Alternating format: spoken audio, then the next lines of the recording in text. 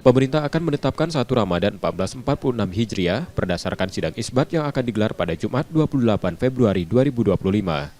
Sementara itu, pemantauan hilal atau Rukyatul Hilal juga akan dilaksanakan serentak di seluruh Kanwil Kemenak di hari yang sama. Di Palembang, Rukyatul Hilal akan dilaksanakan di lantai atas area Duta Palembang pukul 16.30 waktu Indonesia Barat. Kemungkinan besar itu posisi hilal itu sudah di atas 3 derajat dan itu artinya sudah memenuhi kriteria imkan ru'yah, kemungkinan untuk diru'yat. Artinya ada kemungkinan memang 1 Ramadan itu jatuh pada 1 Maret 2025. Tapi tentu untuk kepastiannya, ketetapannya kita tetap menunggu hasil sidang isbat yang dilakukan tanggal 28 Februari. Sementara pengurus pusat Muhammadiyah sudah menetapkan 1 Ramadan jatuh pada Sabtu 1 Maret 2025. Muhammad Reza Pahlevi, Kompas TV, Palembang, Sumatera Selatan.